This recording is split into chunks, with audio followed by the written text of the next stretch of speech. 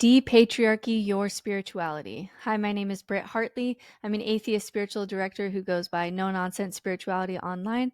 I have a master's degree in theology, but today I want to talk about things that I did not learn in theology school. This would be the most important shift that I made in my spiritual life that wasn't kind of in theology school. And that is what female mystics have taught me about spirituality. So I'm just taking a pause from the other content that I do that's specifically for the void or spirituality in the context of existential crisis. And this can apply to anyone in the void or not. So I'm going to start with a little ditty that I wrote for TikTok that ended up going viral. So here it goes. From Gandhi, I learned that kindness and equality didn't apply to his wife, whom he abused and controlled. In Christianity, I learned that we sing hymns to praise the life-giving power of blood, but only when it is blood shed by a man. A woman's blood is unsanitary and unclean.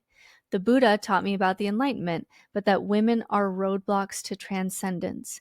It is acceptable to leave your wife and child to go sit under the Bodhi tree. Henry David Thoreau taught me about living a simple, independent life as he wrote his book at Walden Pond, but his mother did his laundry and brought his food the entire 2 years he was there. Einstein taught me about awe for the nature of reality and the God of Spinoza, but that his first wife deserves no mention in his footnotes. Her place was to do his housework. Swami taught me about the spiritual unity of humankind, but also that it is only women who have the added tasks of being modest, pure, and submissive to their husbands. I learned about civil rights and nonviolence through Martin Luther King Jr. in school, but that women were still sexual objects first and foremost. I attended hot yoga classes and through the teachings of Bikram learned about mind-body-spirit connection, only to be devastated later on when it was uncovered that he was sexually abusive to women behind closed doors. Mormonism, my first faith language, told me that God had spoken again to a prophet in the modern days and that this God demanded polygamy. The teenage girls who were told to marry him or their families would go to hell were simply collateral damage to the Mormon God. I learned from the Dalai Lama about inner peace and simple living, but when he was asked if a female Dalai Lama should succeed him, he said she would be not of much use unless she was attractive. When he was called out on this, he said it was just a joke. Muhammad and Islam gave me language for various parts of my soul, but judged a woman's soul less valuable when it came to her autonomy, voice, or inheritance. Tolstoy taught me much about how to survive nihilism. We're going to explore a lot from him later. But his wife, Sophia's diaries, show a broken-hearted woman who had to suppress her own needs, life, and curiosities to serve a genius who cared more about dead philosophers than her and his own family. Catholicism taught me that defense of the institution and defense of marriage came before the tears of women when men do what men do. And lastly, as a woman in the West, I learned that God, with male pronouns in our holy texts, is solely responsible for the creation of life, not the women who bear humanity and continue to die in childbirth. While each of these spiritual paths had tools for me that I still benefit from, the cost was the underlying message to women that I had subconsciously internalized in the West. Man decides what is spiritual, and woman is less than. For me personally, it took me years to untangle the internalized patriarchy that had come from 2 decades of study in history and philosophy and religion and Mormonism and Christianity, where I scarcely heard a female perspective who wasn't simply quoting other men. Today, I do things that the spiritual man would not deem worthy of the title spiritual. So today I want to talk about how we widen our definition of spirituality. Now, at the beginning of this does not mean I am a man hater. This does not mean I am supporting the fight between genders, that I don't read words from male spiritual voices, or that I don't value the healthy men in my life. It doesn't mean also that this is only going to benefit women. Widening the options for spiritual paths helps everyone because it breaks open our idea of what spirituality is. I have been married for 20 years now. I have men that I value in my life. There is healthy masculinity in my life that I value. I also see that there is toxic femininity and and I can be honest about that in other conversations. So just highlighting missing parts of this conversation does not mean I'm a man hater or the kind of feminist that just wants to lock away men because all masculinity is toxic. That's not what I'm doing. What we're doing is just breaking open this definition of spirituality that has been defined not only by just men, but a specific type of man, a priest class supported by the community type of man. And by opening the definition of what spirituality is, actually everyone, whatever their gender orientation, can benefit from this. So much of today's spiritual world is, even outside of religion, is, a book that a man wrote with a preface from the male author thanking his wife for doing all the chores, raising the children, and taking care of him so he could do his trip to Bali and his 5 a.m. ice bath routine and attend to his long breathing meditations that he's about to teach us about in this book. And part of understanding all of the available paths for your spiritual life includes studying the paths that have not been called spiritual, because the books have been written specifically by this priest class kind of man, men who make money and are supported by the community for their spiritual lives. So whether that be from a priest or whether that be from someone on Instagram who's making all their money doing yoga poses, in the end, it helps everyone to break open this narrow view of what spirituality is, especially that it's something that we just do. And an example of this is when we started closed captioning for the deaf community. It may have started as just for the deaf community, but it didn't just benefit the deaf community when another modality was added to how we consume media.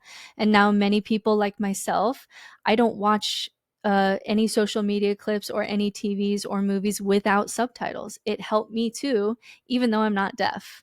And so I'm hoping to do the same thing today, where by adding female voices to the conversation, it widens the available paths of authentic spiritual practice, not just for women, but for everyone. So here's an example from my personal life. We're going to get real open and honest here. There was a time in my marriage of 20 years where we were having some hard conversations. I had gotten married in a Mormon temple at age 19. And for a big chunk of our marriage, we had a mixed faith marriage because I left Mormonism and he was still a believer for some time. And after 20 years, he eventually left the church and we created a life outside of Mormonism. But after 20 years, there was still a lot of pain and resentment that I was feeling. And I remember that there's this moment where I could see that there was new ground in our relationship that we could move into, a new relationship, new connection. And there was also this path where I could hold on to my pain and resentment for how I was treated when I was the first person to deconstruct. And in that moment, I decided that I was going to lay down all of that ego, all of that resentment, all of that pain, all of that I was right because I fucking was, and put it on an altar and let it go so that the two of us could reconnect and move forward in this new life outside of Mormonism.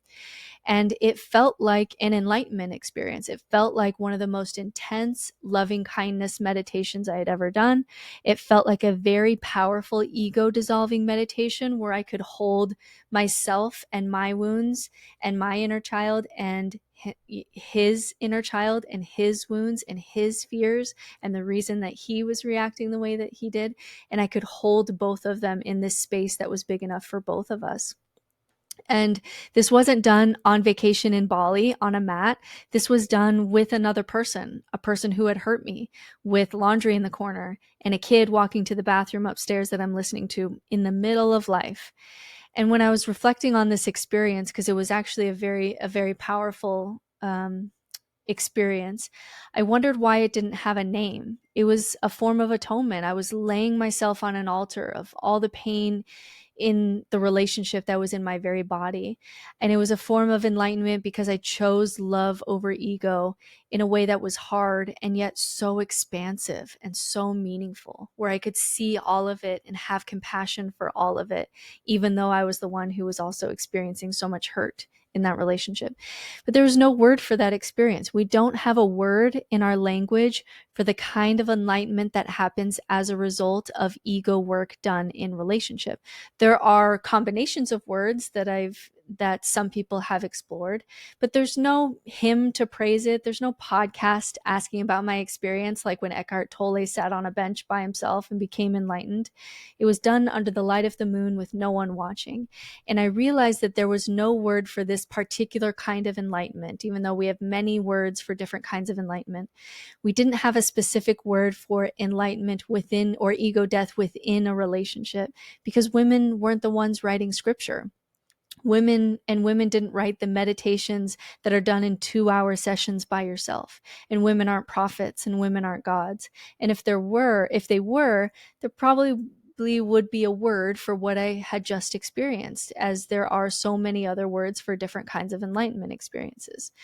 And so I think we have to go back and realize some things that we've forgotten in Western society. Specifically, we've forgotten when God was a woman.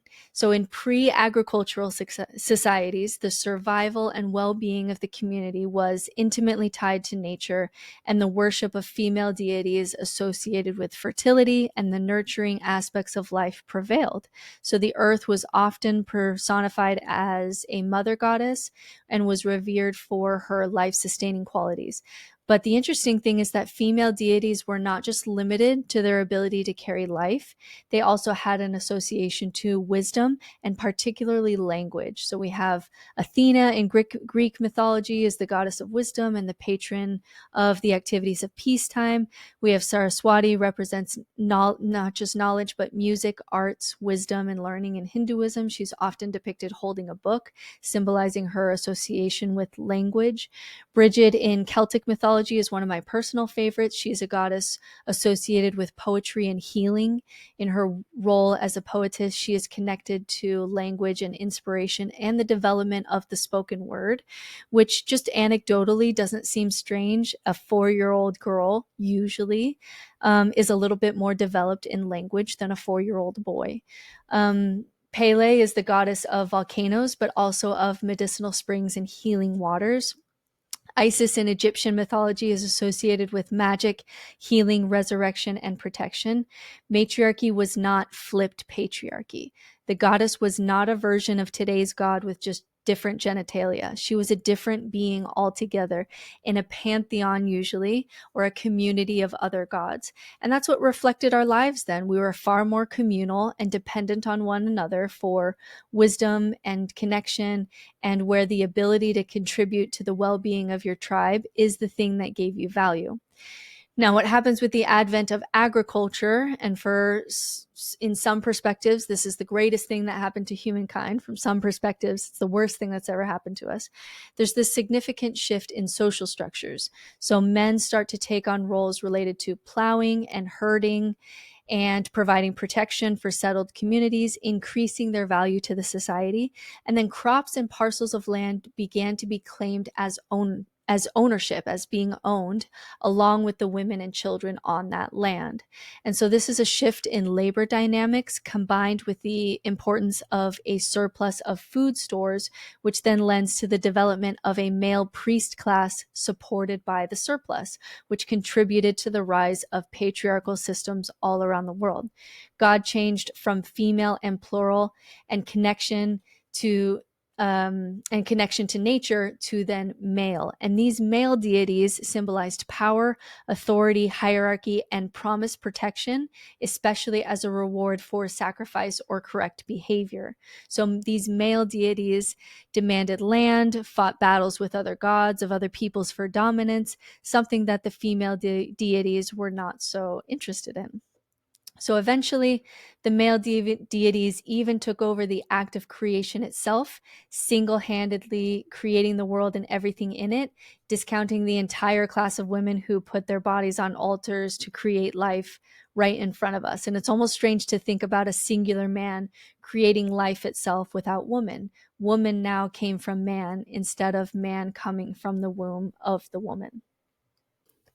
The divine feminine, once valued as the wellspring of life, became Eve, the scapegoat of humanity through which all terrible things entered the world. And these religions, even if unintentional, focused on spirituality as actions that are more easily accomplished by men, especially men supported by an institution or society. So here's a quote from Wild Mercy, which is a book gathering the wisdom of female mystics.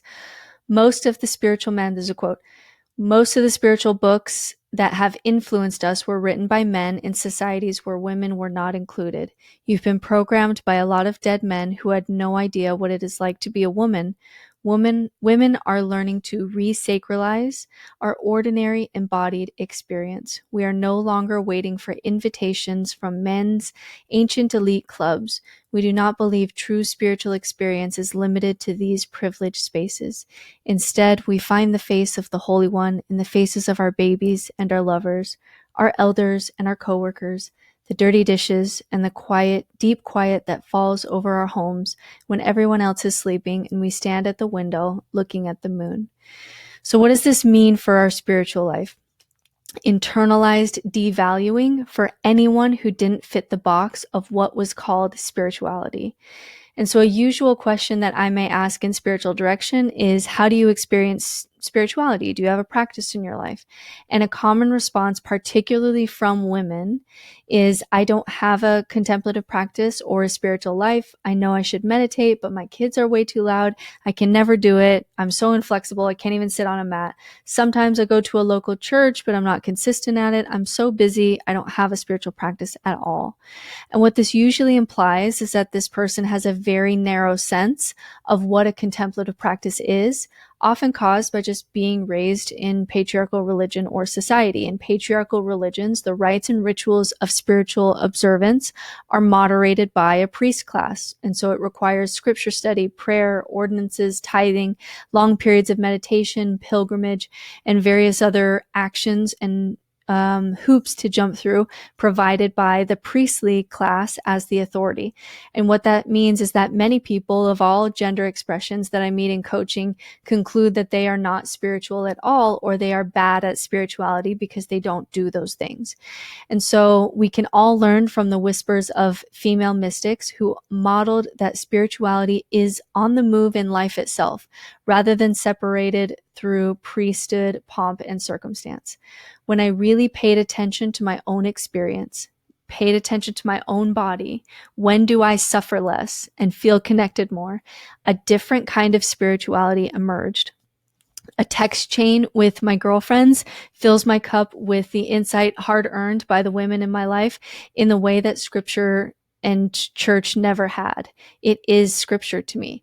I watched a yoga class of women where there were shared hugs and words of concern and poems at the end of class about the beauty of aging with grace and wisdom. And I started to pay attention to the crones in my life, the ones who were healers, the ones gardening, the ones making birthday parties for their kids in the middle of the night with no one watching and no reward for it other than just hoping that their child feels loved. The ones caring for their aged parents, the ones donating breast milk to me when I adopted children without trophy or reward, women who have maintained long-term relationships and friendships through the spiritual practice of being the one to lead the way and saying sorry and reconciling and choosing love over ego or trying to see another's perspective. Now I attend Weezer concerts, which is a regular pilgrimage that I make, and it is absolutely spiritual to me. So slowly I started to see and name everything around me as a spiritual practice, and that when I'm paying attention, a more authentic and full spiritual life emerged. I started writing and talking and saying no and podcasting and starting this YouTube channel, not knowing if anyone is going to watch it, watching movies that make me cry, laughing loudly, valuing pleasure, eating good food, reading poetry, being unapologetically naked outdoors, taking up space, sharing thoughts on social media without caring that most men, even in the spiritual space, will never look at it and see it as spiritual, philosophical, or valuable.